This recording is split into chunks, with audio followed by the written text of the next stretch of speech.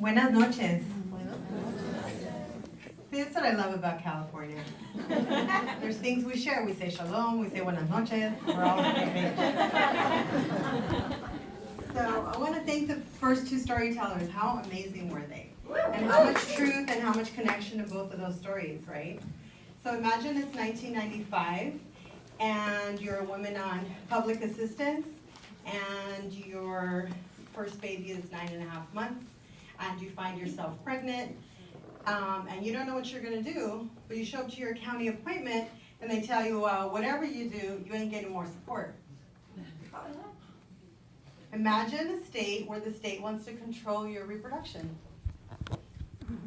Imagine that they think it's okay because you're poor, because you're a woman of color, because you're a poor white woman, because you don't speak English, or because you do, but not enough to understand the system. So imagine that whether it's keeping the child or abortion, it's no longer your choice.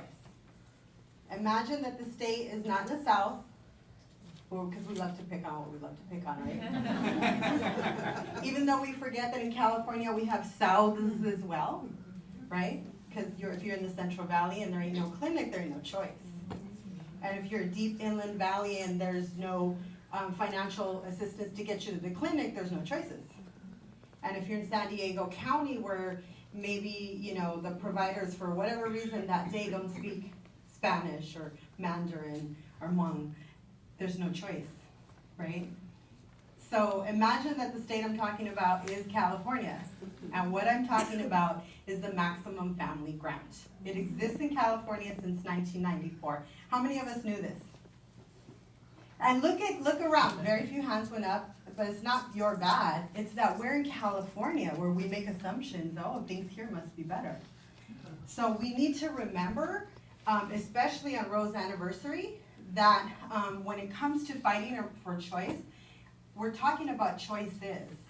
And so in our work with California Latinas for Reproductive Justice, we're standing, like many people in the room, for the spectrum of choices. And that really is at the core of our work. So for us, for CLRJ, abortion's not our first issue. It can't be. You know what our first issue is when we're in the Central Valley?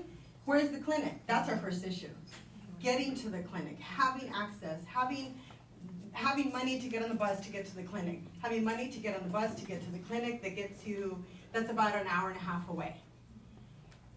We've got to really broaden the scope of the work that we do to support each other, because what we need to support are all of women's choices around their reproduction, period. And that sometimes is the hard work, even in the friendly room. Because we love words like democracy in the US, don't we? Let's have democracy. Oh, but not for you and not so much for you, but definitely for me. It's the same thing with autonomy. We're all about our autonomous selves. Oh, but you over there, you don't have money, so I don't know if you should be making choices for yourself. And you over there, you're only 16. And you over there, English isn't good enough for you to make a choice. So I'm here to invite us, to challenge us, to step up into moving from choice, singular, into choices, plural. So I'm here to invite us to stand against policies like the maximum family grant. And for some of us, that's quick. They're like, I was there in 94 when it passed, I was already supporting it. And for others, it's like, I'm gonna have to take a moment and think about that. And I'm saying that because you don't have to, but it's honest, right? In our work and in our efforts to support Roe, we've got to push beyond. So I just want to add the complexity that we're holding the line on Roe, and we're in a really hard place. And we need to support the 16-year-old who chose to keep her pregnancy, even if we don't agree.